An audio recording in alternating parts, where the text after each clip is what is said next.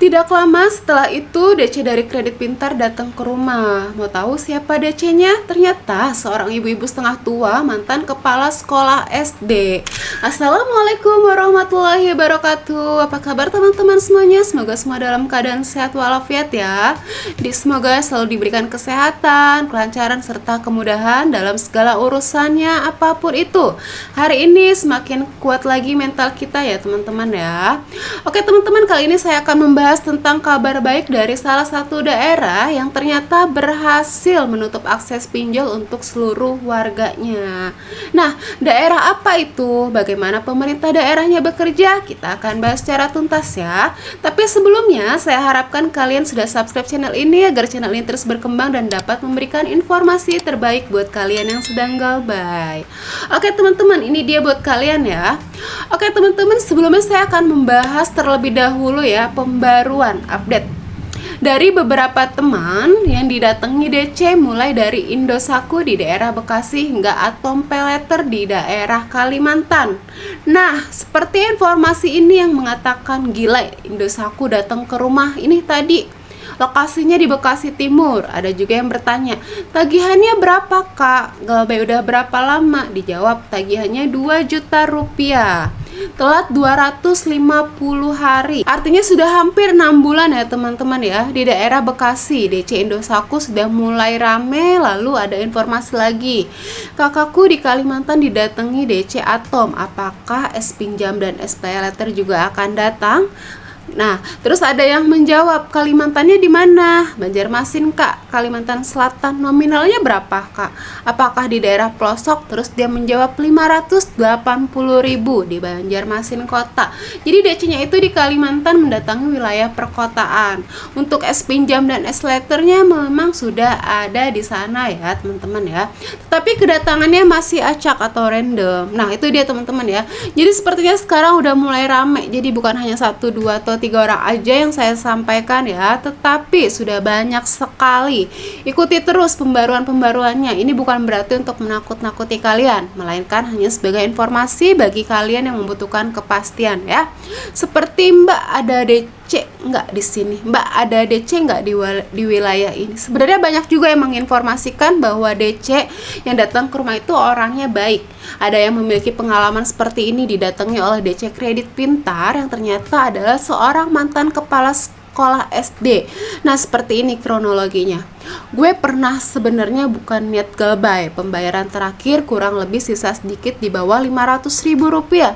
Sekali lagi bukan karena mau galbay, tetapi karena lupa tanggal dan tidak ada notifikasi. Tiba-tiba DC-nya membuat postingan di Facebook loh, muka dan KTP gue dipajang. Lalu si DC mengirimkan bukti tangkapan layar ke balik WA gue. Gue sih nggak gemeteran atau tremor, gue malah tertawa ngakak dalam hati gue. Lu nantangin gue nih, dengan tagihan segitu. Tidak lama kemudian DC dari Kredit Pintar benar-benar datang ke rumah. Mau tahu DC-nya ternyata seorang ibu-ibu setengah tua, mantan kepala sekolah SD. Gue persilahkan dia terlebih dahulu untuk berbicara. Setelah itu langsung gue cecer habis-habisan. Akhirnya dia pamit pulang.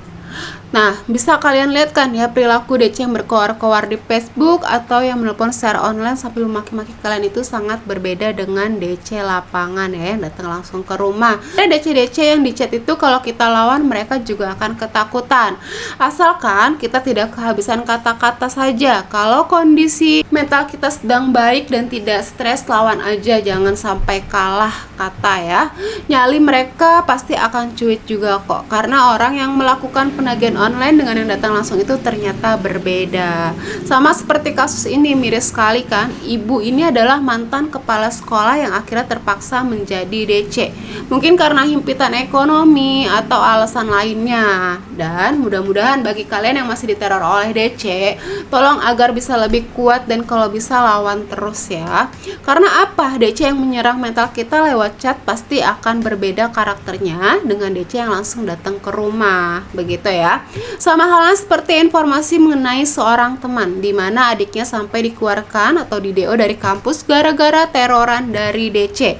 Yang lebih mirisnya lagi, nama sang adik dipakai untuk berutang oleh pacarnya. Sementara si pacar masih melenggang kangkung dan tetap bisa kuliah dengan tenang. Nah, Seperti kisah seorang teman yang menceritakan bahwa adiknya terlambat bayar 8 hari di kredit pintar, lalu pihak DC langsung melakukan doxing ke akun Instagram kampus.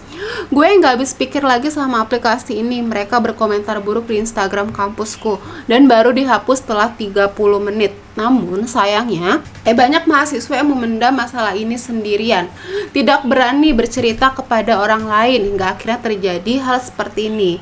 Sepupu gue sampai di DO dari kampus gara-gara masalah pinjol. Sekarang dia mengurung diri di kamar, tidak mau keluar, badannya menjadi kurus dan kehilangan gairah hidup. Padahal dia terjerat pinjol karena dibujuk oleh pacarnya. Sekarang pacarnya justru lepas tangan dan malah sudah punya pacar baru. Makanya buat adik-adik sekalian, terutama perempuan, jangan sampai kasus seperti ini menimpa kalian ya, terutama bagi kalian yang baru masuk kuliah atau yang masa semesternya masih panjang.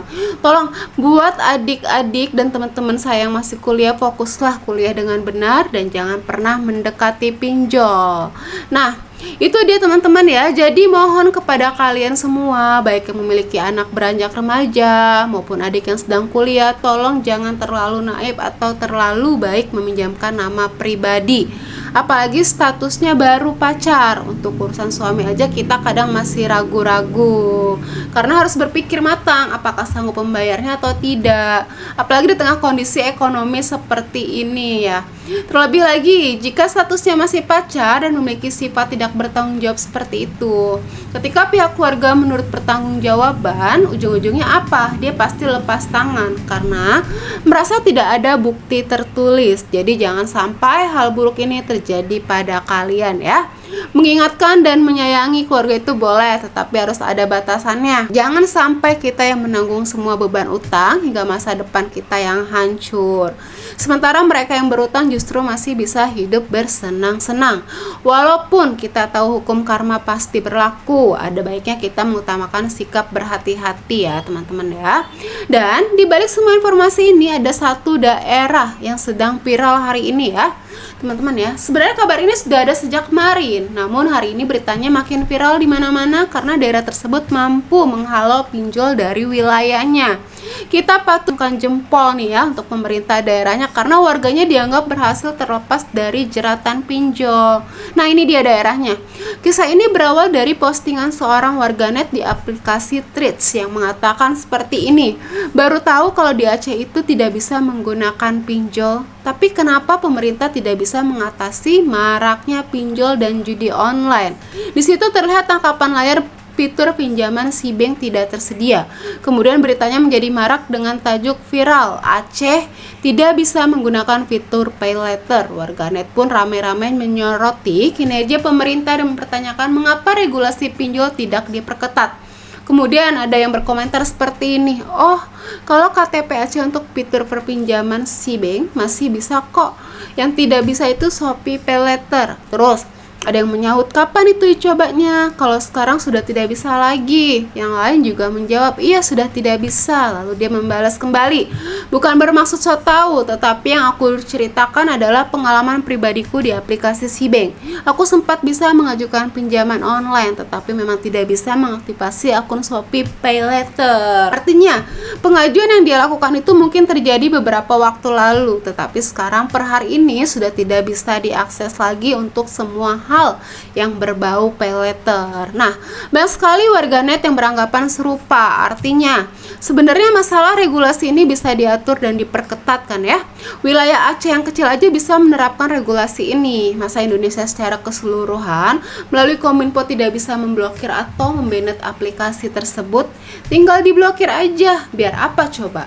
Terus ada yang membalas juga, nah kan ternyata semudah itu menghalau pinjol, judi online, dan lain-lain. Tapi ya paham sajalah, hanya orang-orang tertentu yang tahu alasannya. Ada juga yang berkomentar, wow bisa begitu ya, keren dong, Aceh bisa melakukan sesuatu yang bahkan pejabat tingkat pusat pun tidak mampu lakukan.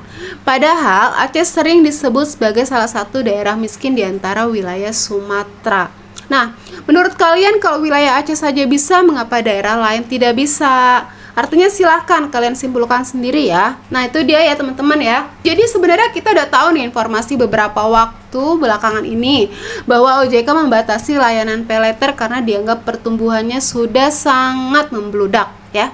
Dan juara pertama yang berhasil membatasi Shopee paylater berdasarkan informasi yang beredar adalah Aceh. Selain itu masih banyak lagi komentar-komentar yang mengatakan bahwa bukan yang hanya fitur paylater aja, melainkan penggunaan kartu kredit pun turut dibatasi oleh mereka. Ini benar-benar luar biasa ya, sebuah daerah yang mampu menghalau pinjol dan membuktikan bahwa menutup akses pinjol di suatu wilayah ternyata semudah ini. Mengapa di daerah lain, terutama di Pulau Jawa, tidak ada satupun akses pinjol maupun judul yang bisa ditutup? Secara logika, kita pasti bertanya-tanya, kemana peran pemerintah? Kita tahu hal ini berkaitan dengan regulasi dan bisnis yang berjalan, tetapi pemerintah daerah lainnya seolah tidak mampu menyuarakan penolakan atau menghalau kebijakan dari pemerintah pusat. Dan kalau kita lihat Aceh, sepertinya Aceh ini berdiri sendiri yang mana berdasarkan informasinya mereka bisa mengelola daerahnya dengan sangat baik dibandingkan wilayah Jawa atau Kalimantan, sehingga mereka bisa menghalau kebijakan pusat yang merugikan masyarakat seperti ini. Mudah-mudahan pemerintah daerah lain pun bisa ya ikut bersuara, terutama untuk daerah-daerah di bagian timur sana yang mungkin masih tertinggal ya. Padahal wilayahnya sangat kaya raya, karena jika bukan dari pihak pemerintah yang benar-benar bertindak tegas untuk menghentikannya, otomatis masalah ini tidak akan pernah selesai karena kendali sistemnya berada di tangan pemerintah, begitu ya. Jadi bagi kalian nih yang saat ini masih terpaksa galbay, jalani aja dulu karena faktanya pemerintah daerah sendiri sebenarnya terbukti berhasil menghentikan peredaran pinjol di satu wilayah ya. Hal ini menjadi bukti bahwa pinjol memang membawa banyak kemudaratan, banyak dampak buruk serta sangat merugikan masyarakat luas. Artinya, jika kita tidak bersikap tegas dengan melakukan galbay atau memunculkan resiko-resiko berat yang nyata akibat jeratan ini, pemerintah tidak akan pernah membuka mata mereka, terutama pihak pemerintah daerah, begitu ya teman-teman ya. Nah oke, dia itu informasi yang bisa saya sampaikan kepada kalian semuanya ya. Semoga informasi ini bisa menjadi pendorong semangat buat kalian, mood booster kalian, memberikan kekuatan baru bagi kalian ya. Dan akhir kata saya ucapkan Assalamualaikum warahmatullahi wabarakatuh.